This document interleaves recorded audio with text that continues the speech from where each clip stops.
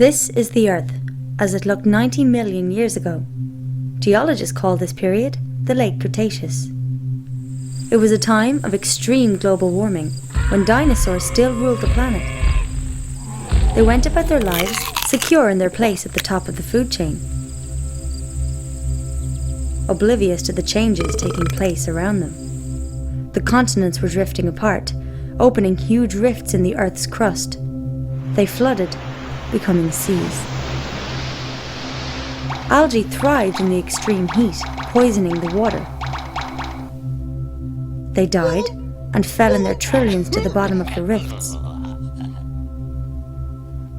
Rivers washed sediment into the seas until the organic remains of the algae were buried. As the pressure grew, so did the heat, until a chemical reaction transformed the organics into hydrocarbon fossil fuels, oil, and natural gas. A similar process occurred on land, which produced coal. It took nature about 5 million years to create the fossil fuels that the world consumes in 1 year. The modern way of life is dependent on this fossilized sunlight, although a surprising number of people take it for granted. Since 1860, geologists have discovered over 2 trillion barrels of oil. Since then, the world has used approximately half. Before you can pump oil, you have to discover it. At first, it was easy to find and cheap to extract. The first great American oil field was Spindletop, discovered in 1900. Many more followed. Geologists scoured America. They found enormous deposits of oil, natural gas, and coal. America produced more oil than any other country, enabling it to become an industrial superpower. Once an oil well starts producing oil, it's only a matter of time before it enters a decline. Individual wells have different production rates. When many wells are averaged together, the combined graph looks like a bell curve. Typically, it takes 40 years after the peak of discovery for a country to reach its peak of production, after which it enters a permanent fall. In the 1950s, Shell geophysicist M. King Hubbard predicted that America's oil production would peak in 1970, 40 years after the peak of US oil discovery. Few believed him. However, in 1970, American oil production peaked and entered a permanent decline. Hubbard was vindicated. From this point on, America would depend increasingly on imported oil. This made her vulnerable to supply disruptions and contributed to the economic mayhem of the 1973 and 1979 oil shocks. The 1930s saw the highest rate of oil discoveries in US history. In spite of advanced technology, the decline in the discovery of new American oil fields has been relentless. More recent finds, such as Anwar, would at best provide enough oil for 17 months. Even the new Jack 2 field in the Gulf of Mexico would only supply a few months of domestic demand. Though large, neither field comes close to satisfying America's energy requirements.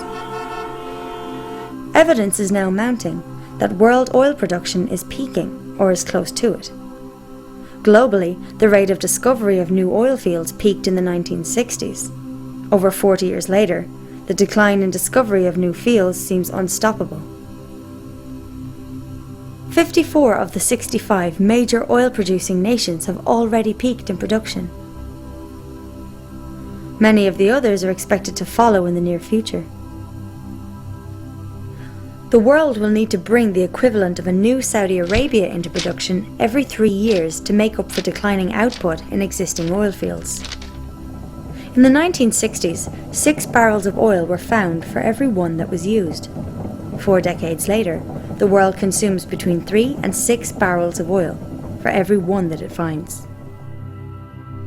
Once the peak of world oil production is reached, demand for oil will outstrip supply, and the price of gasoline will fluctuate wildly, affecting far more than the cost of filling a car. Modern cities are fossil fuel dependent. Even roads are made from asphalt, a petroleum product, as are the roofs of many homes. Large areas would be uninhabitable without heating in the winter or air conditioning in the summer. Suburban sprawl encourages people to drive many miles to work, school, and stores. Major cities have been zoned with residential and commercial areas placed far apart, forcing people to drive. Suburbia and many communities were designed on the assumption of plentiful oil and energy.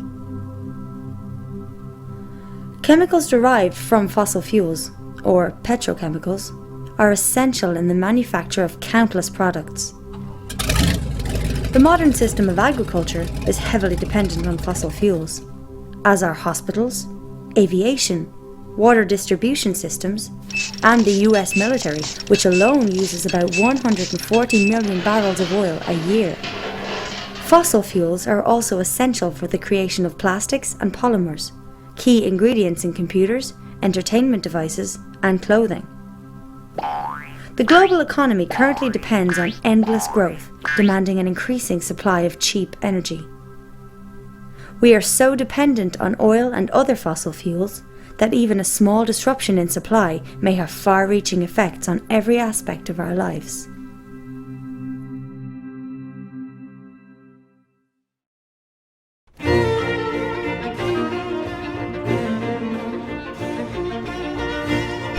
Energy is the ability to do work. The average American has available the energy equivalent of about 150 slaves working 24 hours a day. Materials that store this energy for work are called fuels. Some fuels contain more energy than others. This is called energy density. Of these fuels, oil is the most critical. The world consumes 30 billion barrels a year, equal to 1 cubic mile of oil, which contains as much energy as would be generated from 52 nuclear power plants working for the next 50 years. Although oil only generates 1.6% of US electricity, it powers 96% of all transportation. In 2008, 2/3 of America's oil was imported.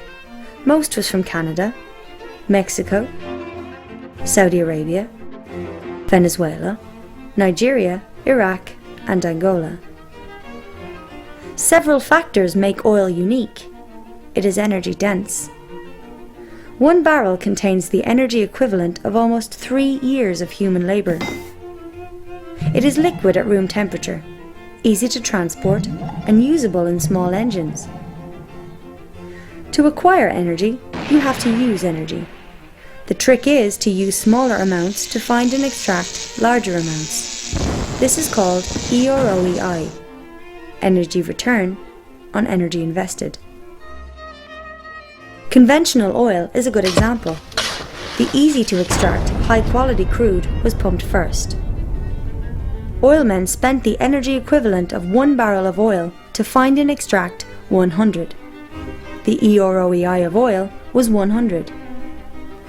As the easy-to-find oil was pumped first, exploration moved into deep waters, or distant countries, using increasing amounts of energy to do so. Often, the oil found now is heavy or sour crude and is expensive to refine. The EROEI for oil today is as low as 10. If you use more energy to get the fuel than is contained in the fuel, it's not worth the effort to get it. It is possible to convert one fuel source into another.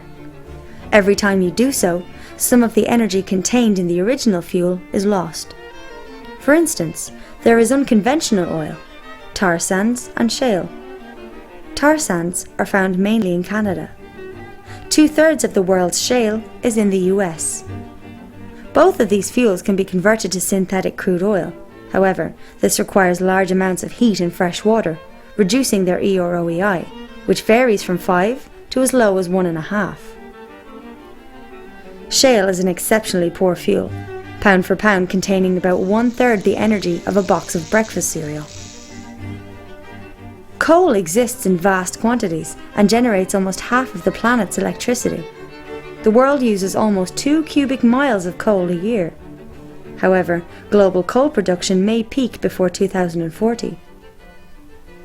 The claim that America has centuries' worth of coal is deceptive, as it fails to account for growing demand and decreasing quality. Much of the high-quality anthracite coal is gone, leaving lower-quality coal that is less energy-dense. Production issues arise as surface coal is depleted and miners have to dig deeper and in less accessible areas. Many use destructive mountaintop removal to reach coal deposits, causing environmental mayhem. Natural gas is often found alongside oil and coal. North American discovery of conventional gas peaked in the 1950s and production peaked in the early 70s. If the discovery graph is moved forward by 23 years, the possible future of North American conventional natural gas production is revealed. Recent breakthroughs have allowed the extraction of unconventional natural gas, such as shale gas, which might help offset decline in the years ahead. Unconventional natural gas is controversial, as it needs high energy prices to be profitable. Even with unconventional gas, there may be a peak in global natural gas production around 2030. Large uranium reserves for nuclear fission still exist. To replace the 10 terawatts the world currently generates from fossil fuels would require 10,000 nuclear plants. At that rate, the known reserves of uranium would last for only 10 to 20 years. Experiments with plutonium-based fast breeder reactors in France and Japan have been expensive failures. Nuclear fusion faces massive technical obstacles. Then there are the renewables. Wind power has a high EROEI, but is intermittent. Hydropower is reliable, but most rivers in the developed world are already dammed.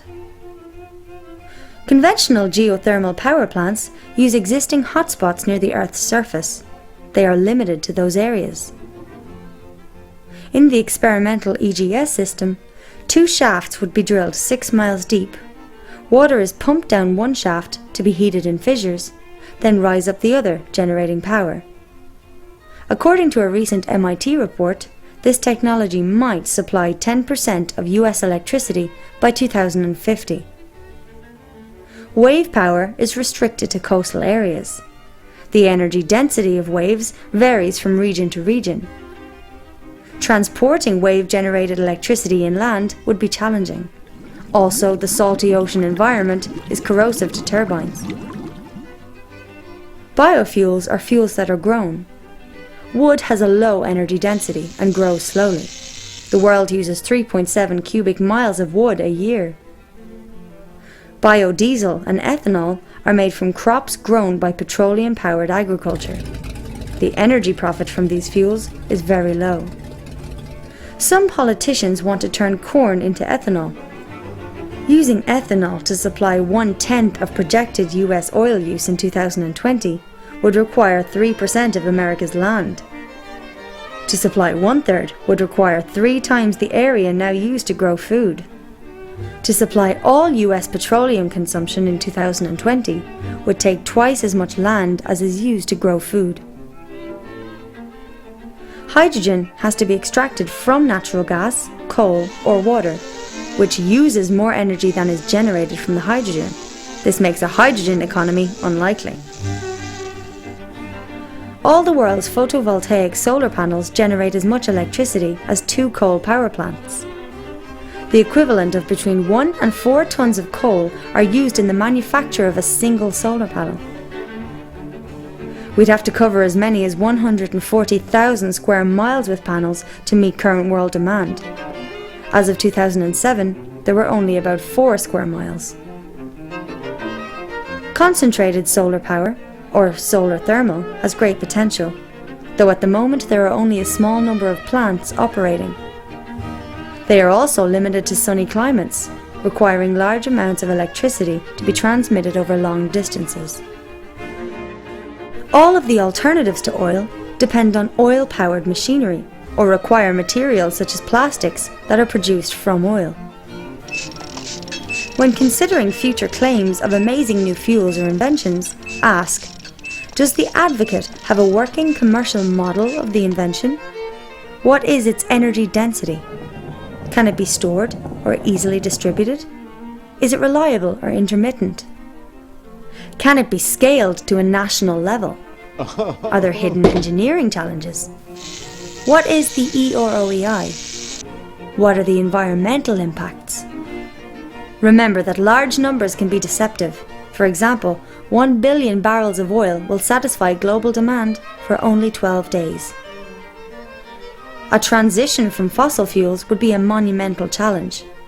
As of 2007, coal generates 48.5% of US electricity.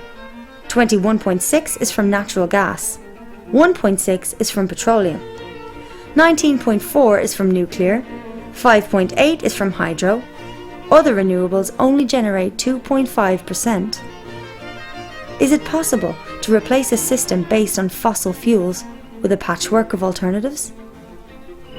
Major technological advances are needed, as well as political will and cooperation, massive investment, international consensus, the retrofitting of the $45 trillion global economy, including transportation, manufacturing industries, and agricultural systems, as well as officials competent to manage the transition. If all these are achieved, could the current way of life continue?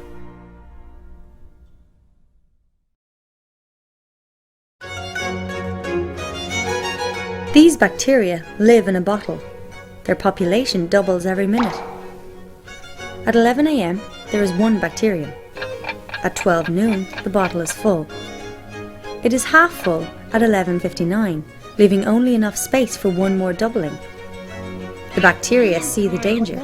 They search for new bottles and find 3. They assume that their problem is solved. By 12 noon, the first bottle is full. By 12:01, the second bottle is full. By 12:02, all the bottles are full. This is the problem that we face due to the doubling caused by exponential growth. When humanity began to use coal and oil as fuel sources, it experienced unprecedented growth. Even low growth rates produce large increases over time. At a 1% growth rate, an economy will double in 70 years. At 2% rate, doubles in 35 years. At a 10% growth rate, an economy will double in only 7 years. If an economy grows at the current average of 3%, it doubles every 23 years. With each doubling, demand for energy and resources will exceed all the previous doublings combined. The financial system is built on the assumption of growth, which requires an increasing supply of energy to support it. Banks lend money they don't have, in effect creating it. The borrowers use the newly created loan money to grow their businesses and pay back the debt, with an interest payment which requires more growth. Due to this creation of debt-formed money, most of the world's money represents a debt with interest to be paid. Without continual, new and ever larger generations of borrowers to produce growth, and thus pay off these debts, the world economy will collapse. Like a Ponzi scheme, the system must expand or die. Partly through this debt system, the effects of economic growth have been spectacular in GDP, damming of rivers, water use, fertilizer consumption, urban population, paper consumption, motor vehicles, communications and tourism. World population has grown to 7 billion and is expected to exceed 9 billion by 2050. On a flat, infinite Earth, this might not be a problem. However, as the Earth is round and finite, we will eventually face limits to growth.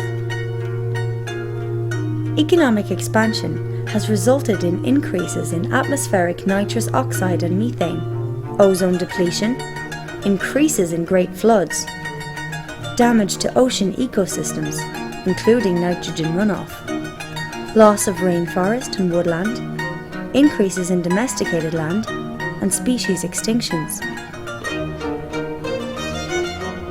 If we place a single grain of rice on the first square of a chessboard, double this and place 2 grains on the second, double again and place 4 on the third, double again and place 8 on the fourth, and continue this way, putting on each square twice the number of grains than were on the previous one. By the time we reach the final square, we need an astronomical number of grains. 9 quintillion, 223 quadrillion, 372 trillion, 36 billion, 854,776,000 grains. More grain than the human race has grown in the last 10,000 years. Modern economies, like the grains on the chessboard, double every few decades. On which square of the chessboard are we? Besides energy, civilization demands numerous essential resources: fresh water, topsoil, food, forests, and many kinds of minerals and metals. Growth is limited by the essential resource in scarcest supply. A barrel is made of staves, and like water filling a barrel, growth can go no further than the lowest stave, or the most limited essential resource. Humans currently utilize 40% of all photosynthesis on Earth. Though it might be possible to use 80%, we are unlikely to ever use 160%.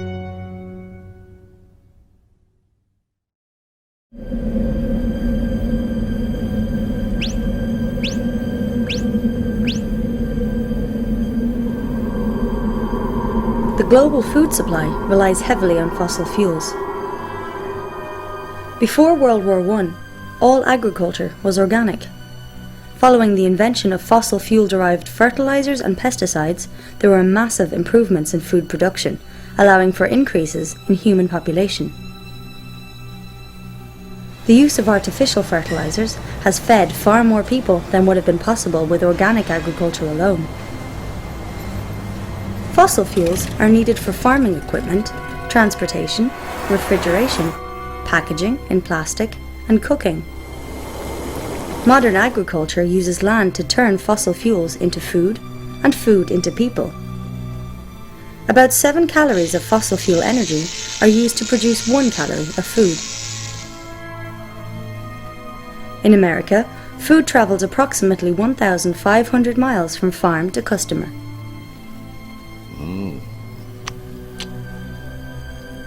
Besides fossil fuel decline, there are several threats to the current system of food production. Cheap energy, improved technology, and subsidies have allowed massive fish catches. Global fish catches peaked in the late 1980s, forcing fishermen to move into deep waters. Nitrogen runoff by fossil fuel-based fertilizers poisons rivers and seas, creating enormous dead zones. At this rate, all fish populations are projected to collapse by 2048. Acid rain from cities and industries leaches the soil of vital nutrients such as potassium, calcium, and magnesium. Another threat is a lack of water. Many farms use water pumped from underground aquifers for irrigation. The aquifers need thousands of years to fill up, but can be pumped dry in a few decades, like oil wells. America's massive Ogallala aquifer has fallen so low that many farmers have had to return to less productive dry land farming. Additionally, the use of irrigation and fertilizers can lead to salinization, the accumulation of salt in the soil. This is a major cause of desertification. Still another threat is topsoil loss. 200 years ago, there were 6 feet of topsoil on the American prairies. Today, through tillage and poor practices, approximately half is gone. Irrigation encourages the growth of stem rust fungi like UG99, which has the potential to destroy 80% of the world's grain harvest. According to Norman Borlaug, father of the Green Revolution, stem rust has immense potential for social and human destruction. The use of biofuels means that less land will be available for food production. An area has a finite carrying capacity. This is the number of animals or people that can live there indefinitely. If a species overshoots the carrying capacity of that area, it will die back until the population returns to its natural limits. The world has avoided this die-off by finding new lands to cultivate or by increasing production, which has been possible largely thanks to oil. To continue growth, more resources are required than the Earth can provide, but no new planets are available. In the face of all these challenges, global food production must double by 2050 to feed the growing world population. 1 billion people are already malnourished or starving. There will be challenges in feeding over 9 billion in the years to come, when world oil and natural gas production will be in decline.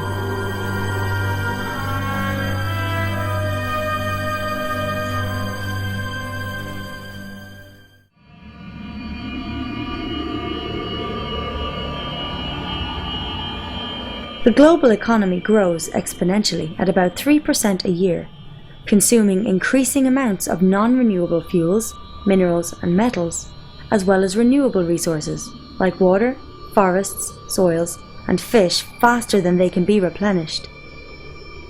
Even at a growth rate of 1%, an economy will double in 70 years. The problem is intensified by other factors. Globalization allows people on one continent to buy goods and food made by those on another. The lines of supply are long, placing strains on a limited oil resource. We now rely on distant countries for basic necessities. Modern cities are fossil fuel dependent. Most banking systems are based on debt, forcing people into a spiral of loans and repayments, producing growth. What can be done in the face of these problems? Many believe that the crisis can be prevented through conservation, technology, smart growth, recycling, electric cars and hybrids, substitution, or voting. Conservation will save you money, but it alone won't save the planet. If some people cut back on oil use, the reduced demand will drive down the price, allowing others to buy it for less.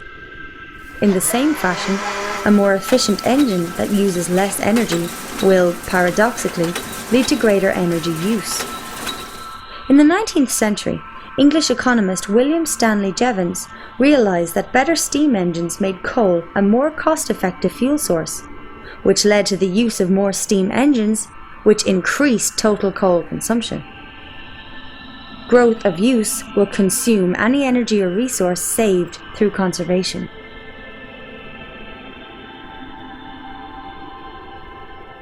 Many believe that scientists will solve these problems with new technology. However, technology is not energy. Technology can channel energy into work, but it can't replace it. It also consumes resources. For instance, computers are made with 1/10 of the energy needed to make a car. More advanced technologies may make the situation worse, as many require rare minerals, which are also approaching limits.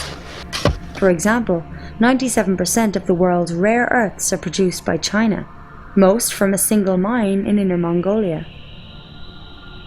These minerals are used in catalytic converters, aircraft engines, high-efficiency magnets and hard drives, hybrid car batteries, lasers, portable X-rays, shielding for nuclear reactors, compact discs, hybrid vehicle motors, low-energy light bulbs, fiber optics, and flat-screen displays. China has begun restricting the export of these minerals, as demand soars. So-called sustainable growth, or smart growth, won't help, as it also uses non-renewable metals and minerals in ever-increasing quantities, including rare earths. Recycling will not solve the problem, as it requires energy, and the process is not 100% efficient. It is only possible to reclaim a fraction of the material being recycled. A large portion is lost forever as waste. Electric cars run on electricity. As most power is generated from fossil fuels, this is not a solution. Also, cars of all types consume oil in their production. Each tire alone requires about 7 gallons of petroleum. There are around 800 million cars in the world as of 2010. At current growth rates, this number would reach 2 billion by 2025. It is unlikely that the planet can support this many vehicles for long, regardless of their power source. Many economists believe that the free market will substitute one energy source with another through technological innovation. However, the main substitutes to oil face their own decline rates. Substitution also fails to account for the time needed to prepare for a transition. The US Department of Energy's Hirsch report estimates that at least 2 decades would be needed to prepare for the effects of peak oil. The issues of energy shortages, resource depletion, topsoil loss, and pollution are all symptoms of a single, larger problem: growth. As long as our financial system demands endless growth, reform is unlikely to succeed. What then will the future look like? Optimists believe that growth will continue forever, without limits. Pessimists think that we're heading towards a new Stone Age, or extinction. The truth may lie between these extremes. It is possible that society might fall back to a simpler state, one in which energy use is a lot less. This would mean a harder life for most, more manual labour, more farm work, and local production of goods, food, and services. What should a person do to prepare for such a possible future? Expect a decrease in supplies of food and goods from faraway places. Start walking or cycling. Get used to using less electricity. Get out of debt. Try to avoid banks. Instead of shopping at big box stores, support local businesses. Buy food grown locally at farmers' markets. Instead of a lawn, consider gardening to grow your own food. Learn how to preserve it. Consider the use of local currencies, should the larger economy cease to function, and develop greater self-sufficiency. None of these steps will prevent collapse, but they might improve your chances in a low-energy future, one in which we will have to be more self-reliant, as our ancestors once were.